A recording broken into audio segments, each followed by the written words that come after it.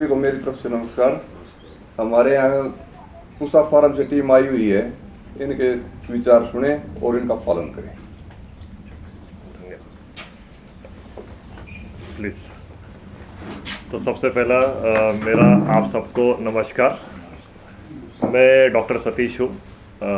मैं पूसा का जो हमारा संस्थान है, भारतीय कृषि अनुसंधान संस्थान है, आईसीआर के अंतर्गत हम लोग काम करते हैं। हम कृषि वैज्ञानिक हैं। मेरा जो जिस एरिया में काम करता हूँ, कृषि यंत्र के ऊपर मेरा ज़्यादातर काम रहता है। हम नए नए कृषि यंत्र बनाते हैं।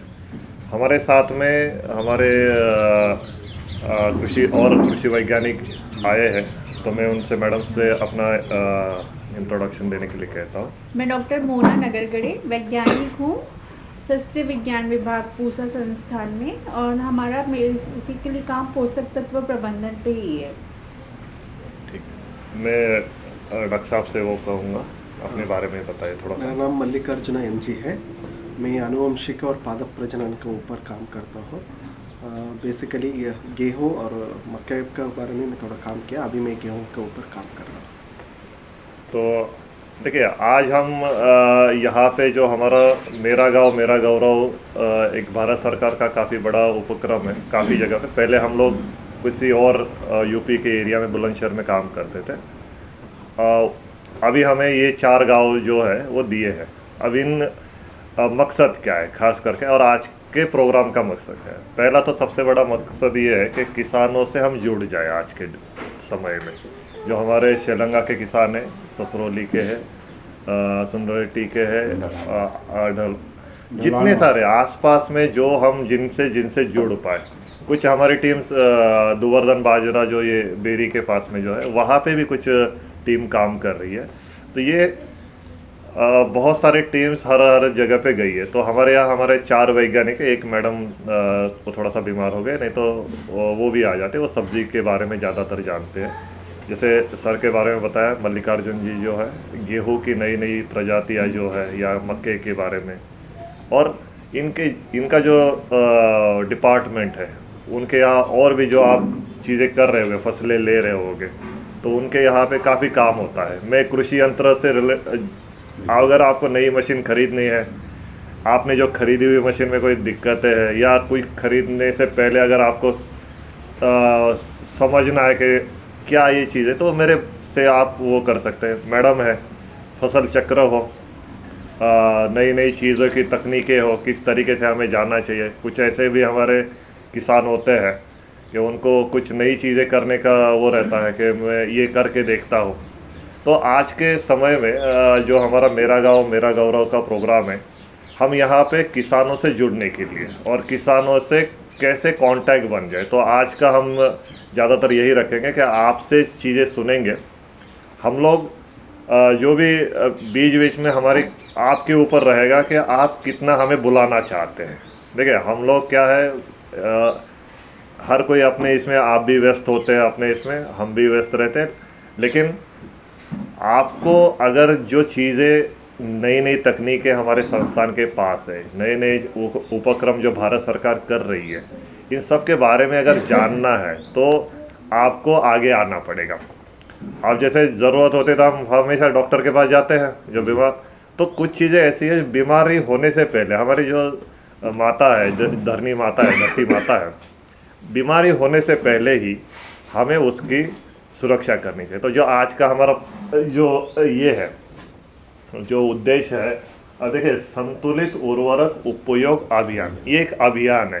भारत सरकार ने हमारे पूरे देश में जितने आईसीआर के संस्थान हैं, हमारे 100 से ज़्यादा संस्थान हैं, और बहुत सारे सेंटर्स है, कृषि विज्ञान केंद्र है, इन सभी के जितने वैज्ञानिक से, जितने हमारे स्टाफ मेंबर्स हैं, इन सबको एक अभियान दिया है।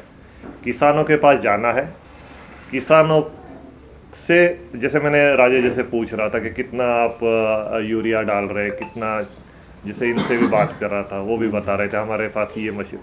तो यह एक अभियान के तौर पे इसे लिया गया है कि जो हम फर्टिलाइज़र्स, यूरिया हो, डीएपी हो, और भी चीज़ें हैं, कोई नए नए केमिकल्स है, बहुत बार हमें पता ही नहीं होता, हम ले लेते हैं, छिड़काव कर दे, भाई बाजू वाले ने किया है तो सही में उसकी ज़रूरत है या नहीं है। हो सकता है उसकी ज़मीन में कुछ और चीज़ हो, तो ऐसी भी चीज़ें होती है।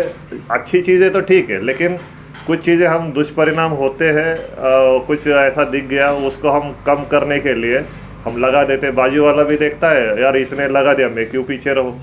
तो बहुत बार ज़रूरत नहीं होती है, फिर भी हम उन चीज़ों को लगाते हैं। तो ये जो अभियान है इसमें हम खास करके जो उर्वरक है, यूरिया हुआ, या आज के समय में हम बहुत सारा उर्वरक जो है बाहर से ही लाते हैं। मतलब हम अपना भी हमारे प्रोडक्शन है, काफ़ी जगह पे हम यूरिया बनाते हैं, लेकिन जितनी हमारी आवश्यकता है वो बहुत ज़्यादा है, तो हम बाहर से दूसरे देशों से भी लाते हैं। और उसकी और भारत सरकार उनको सब्सिडी के रेट में एक तरीके से देखा जाए तो ये बहुत कम कीमत पे हमें मिल जाता है। तो इसलिए बहुत बार कुछ किसान जैसे होते हैं, या हम लोग भी कभी समझ नहीं पाते कि ये कितने का पड़ रहा है, कितने जितने का बनता है उतने का वो बहुत कम कीमत में हमें मिलता है। तो हम होती है हमारे पास क्षमता तो हम लगा देते, भाई 1 बैग लगाओ, 1.5 बैग लगाओ। पर लेकिन ये ज़रूरी है क्या उस मृदा के लिए, ये हमें समझना होगा। तो वो समझने के लिए हमें मृदा के बारे में जानकारी चाहिए। तो मृदा की जानकारी के लिए आप सॉइल टेस्टिंग करवाए होंगे।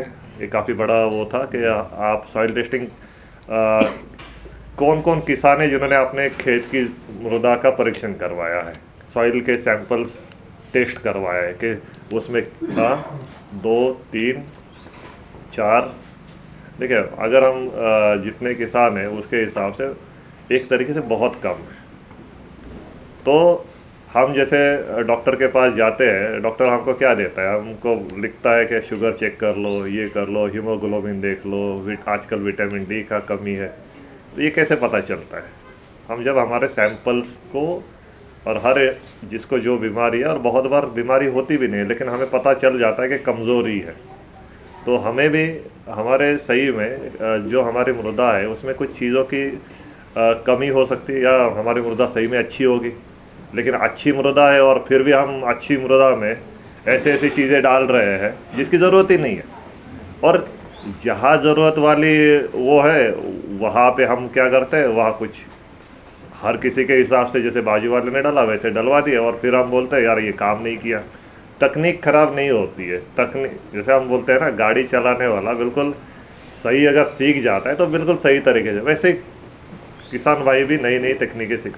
तो मैं थोड़ा मैडम से गुजारिश करूँगा कि जो हमारे मृदा परीक्षण है उसके बारे में थोड़ा सा बताएं, और कैसे हमें मृदा के सैंपल्स लेने चाहिए, और कौन कौन इनको टेस्ट कर सकता है। हमारा खुद का संस्थान भी है, उसके बारे में मैं मैडम से थोड़ा सा वो करूँगा।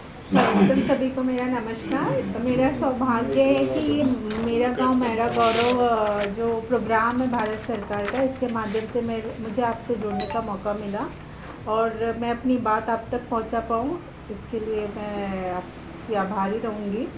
मृदा परीक्षण जैसे सर ने बताया और अभी आपसे पूछा, 3-4 लोगों ने हाथ खड़ा किया था, और मुझे लगता है ये मैंडेटरी है, मतलब ज़रूरी है, सब हर खेत के लिए ज़रूरी है। यदि ये नहीं है तो फिर आप जो डाल रहे हैं वो कितना डाल रहे हैं, क्यों डाल रहे हैं, कब डाल रहे हैं, कैसे डाल रहे हैं, इसका कोई मीनिंग नहीं, मतलब नहीं है। तो मृदा परीक्षण बहुत, इसमें कुछ करना नहीं है। करना क्या है, जो आपका खेत है, आपके खेत से 5-6 जगह से रेंडमली है ना मिट्टी का सैंपल लेना है। लेकिन मिट्टी का सैंपल लेना कैसे है, मिट्टी का कैसे ठीक, उसको आपको वी शेप में मिट्टी निकाल, आपने जैसे है खुरपी, आपके पास खुरपी है ना, खुरपी से लगभग 30 सेंटीमीटर नीचे तक जानी चाहिए। ऐसे मिट्टी से वी शेप में आपने दोनों तरफ से मिट्टी काट ली, ठीक। आपकी वो मिट्टी जो कट गई उसको हटा देना है, उसको नहीं रखना है ना। उसके बाद आप जो वी शेप का आपका कटा है वहाँ से स्लाइस ऐसे डालनी है उसकी खुरपी की, तो आपकी एक परत इधर से निकलेगी, एक परत इधर से निकलेगी, आपको उसको रखना है, ठीक। ऐसे आपको, आपका यदि 1 एकड़ का क्षेत्र है तो 5-10 जगह से आपको ऐसे करना है ना। आप ऐसे 5-10 जगह से कर लेते हैं। उसके बाद आपको एक तो और ध्यान रखना है कि कहीं पेड़ के नीचे का नहीं लेना है ना, क्योंकि वहाँ पत्ते झड़ झड़ के गिरते हैं। तो वहाँ का अलग ही आएगा। ठीक, तो आपको एकदम नमूना लेते समय ध्यान रखना कि थोड़ा बीच से ले लिए, थोड़ा उसके दूसरे साइड से जिग जैग तरीके से ऐसे ऐसे करके आप ले सकते हैं। आपने जब ये ले लिया तो हर जगह से आपकी थोड़ी थोड़ी मिट्टी 100-100, 150-150 ग्राम निकल जाएगी, है ना। ऐसे आपने यदि 10 जगह से लिए तो आपकी 1 kg के आसपास मिट्टी हो गई। ठीक, उसको सबको बहुत अच्छे से मिक्स कर लेना है ना। उसको फिर उसके 1/4 भाग को आपको लेना है। मिट्टी सैंपल की लगभग 250 ग्राम मिट्टी के ज़रूरत पड़ती है, अलग अलग न्यूट्रिएंट और उस सबका टेस्ट करने के लिए कि आपकी मिट्टी का pH कितना है, मीन्स आप में कोई क्षारीय मृदा तो नहीं है।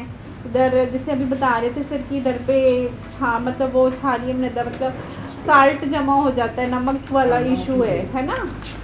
दूसरा है कि उसमें आपका कितने, मैंने अभी बताया था कार्बन खेतों के लिए बहुत ज़रूरी है, कार्बन कितना है। हम जैसे देखते हैं ना कि हमारे भारत देश में पंजाब, हरियाणा, वेस्टर्न यूपी, है ना, ये सब बेल्ट में कार्बन बहुत ही कम है। हमारा 0.5% कार्बन ज़्यादा होना चाहिए 0.5% से।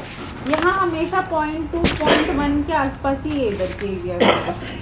आप अपने जिसने कराया होगा, आपने कभी ध्यान दिया उसमें कार्बन का परसेंट आप ज़रूर देखना, वो बहुत कम है। इस संतुलित पोषक तत्व उर्वरक उपयोग अभियान का मेन उद्देश्य हमारे जो हमारा काउंसिल है, ICR है ना, ICR नाम सुना है ना आपने, जिसके अंदर बहुत सारे संस्थान है, पूसा संस्थान भी उनमें से एक है।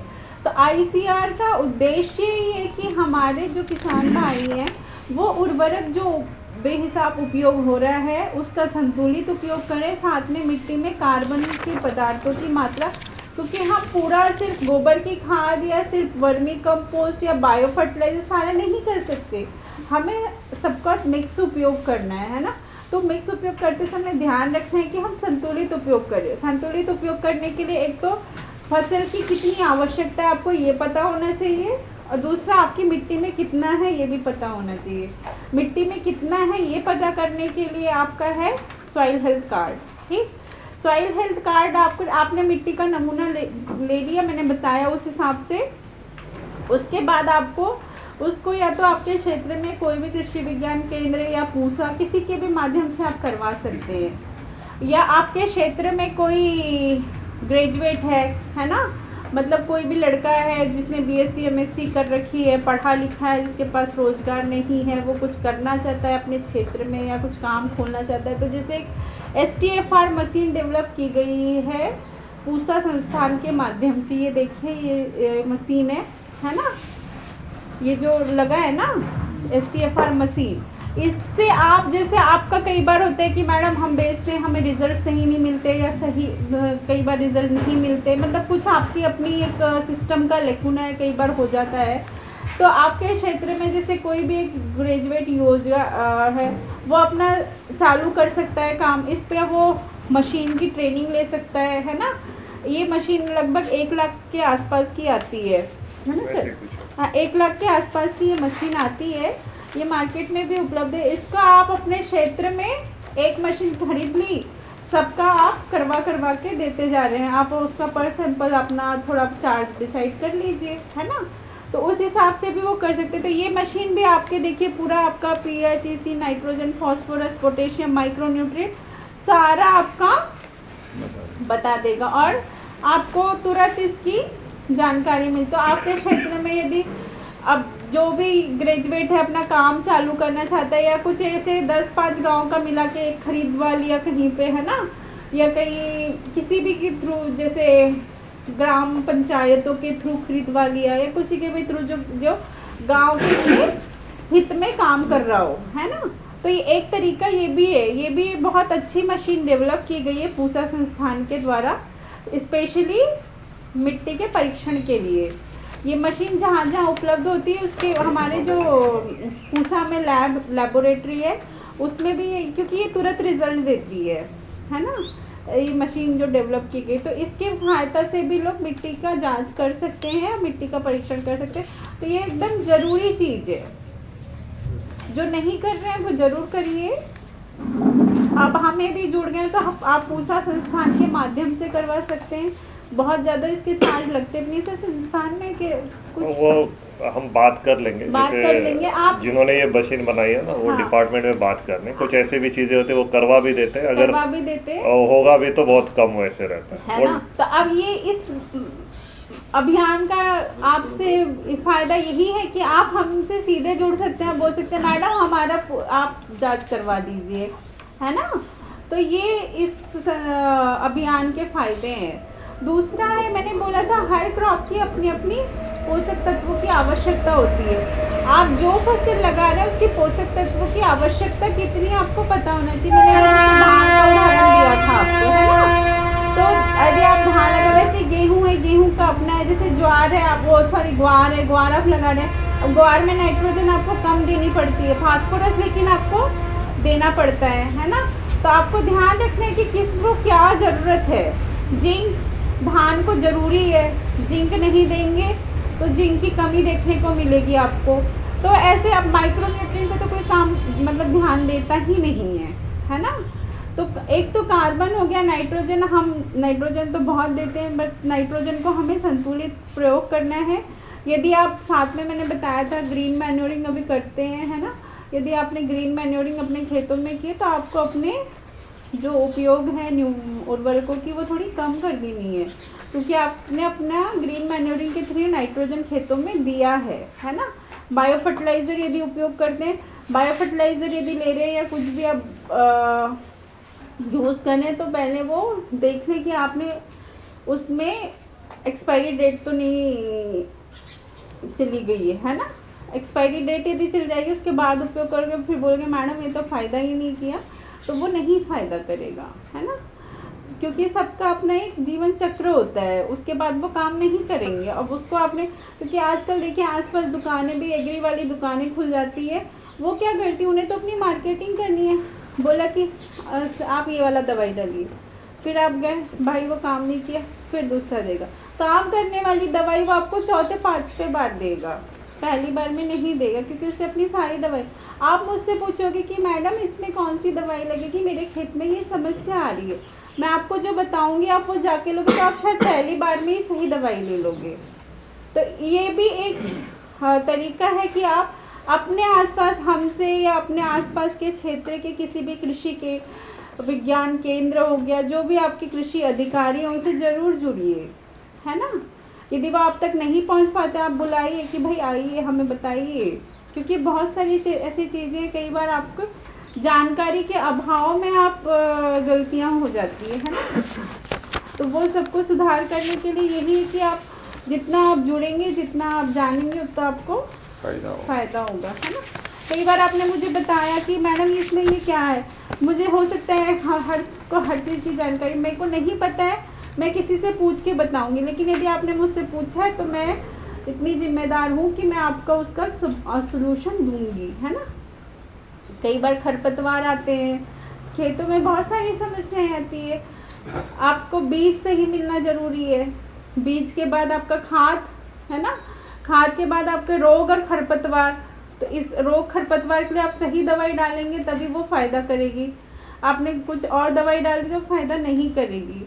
तो आपको ये सब चीज़ों का ध्यान रखते हुए अपना उपयोग करना है, तभी वो आपको खेतों में उसके लाभ देखने को मिलेंगे, है ना। तो हम बीच में फिर से मैडम को कुछ सवाल पूछेंगे। धन्यवाद मैडम। मैं अभी हमारे डॉक्टर साहब जो है डॉक्टर मल्लिकार्जुन जी, कुछ ऐसी चीज़ें हैं क्रॉप फसल चक्र के बारे में या कुछ और ऐसी नई गेहूं की जो नई वैरायटीज़ बनी है उनके बारे में थोड़ा सा जानकारी देने के लिए उनको मैं आमंत्रित करता हूँ। सबको नमस्कार। हम तो आपको तो पता है, पहली चीज़ ये है क्रॉप डाइवर्सिफिकेशन बारे में हम देखना चाहते हो। हर फसल का एक गुण लक्षण होता है।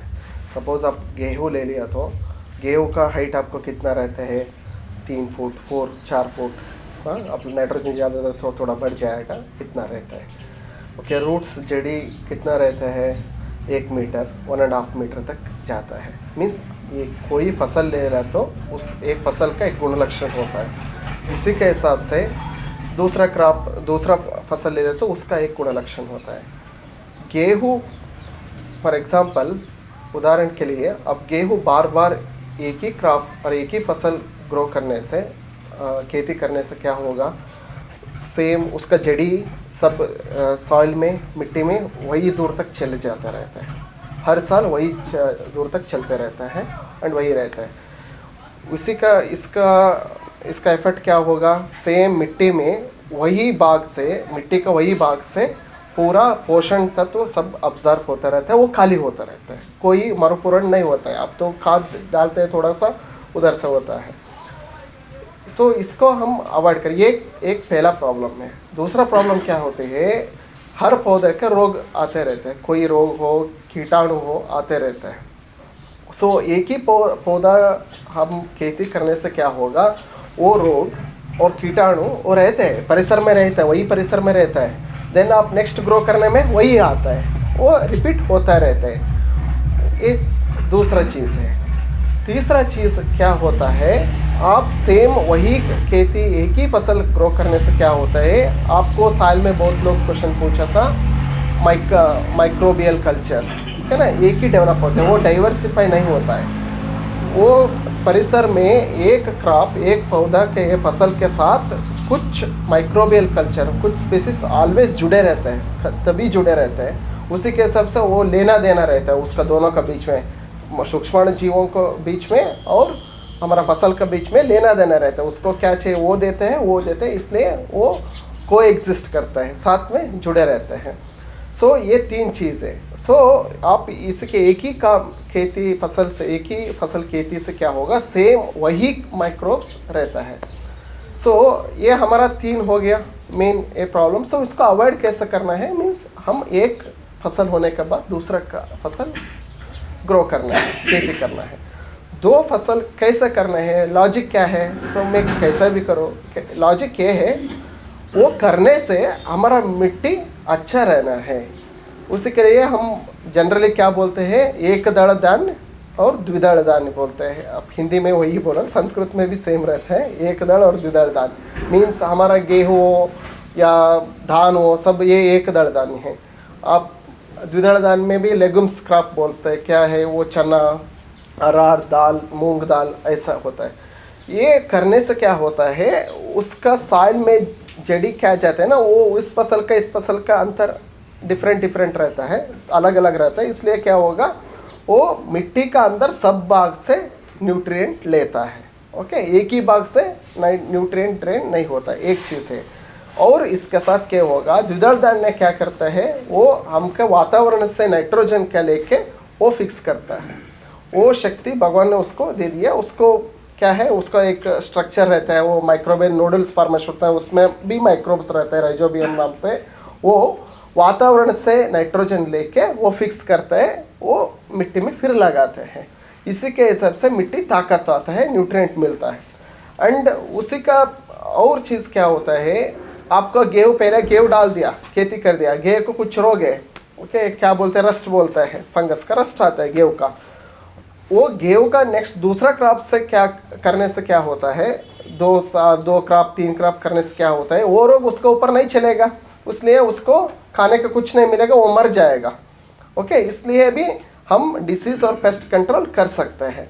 सो हमको तभी ये याद रखना है, हमारा मिट्टी अच्छा रहो, पूरा रिसोर्स क्या है हमारे पास, मिट्टी में क्या पोषकांश हो, सब इफेक्टिवली यूटिलाइज करना होता तो हमको क्रॉप डाइवर्सिफिकेशन करना है। देन हम आगे नेक्स्ट किस्म के बारे में बात करना है। तो आपको किस्म के बारे में ऑलमोस्ट सभी फार्मर्स, कोई नहीं है इस भाग में, हमारा संस्थान से डेवलप हुए किस्में तो नहीं पैदा किया, ऐसा फार्मर्स तो कोई नहीं है इधर। सब ऑलमोस्ट पूसा से एक पौधा और दूसरा पौधा किस्में ग्रो करते आप लोग। सो किस्में आप चूज़ करने में, किस्म के आप कौन सी पर्पस के लिए हमारा एक किस्में चाहिए। हमारा फर्स्ट फॉर एग्जांपल गेहूं का होता है, गेहूं का हमारा अभी 3386 बहुत चल रहा है, और पहले तो उसका पहले 3086 था, अब उसका पहले 2967 था, ऐसा अभी 3 मीन्स हर साल हमारा 1-2 पौधे रिलीज होते ही रहते हैं एवरी ईयर।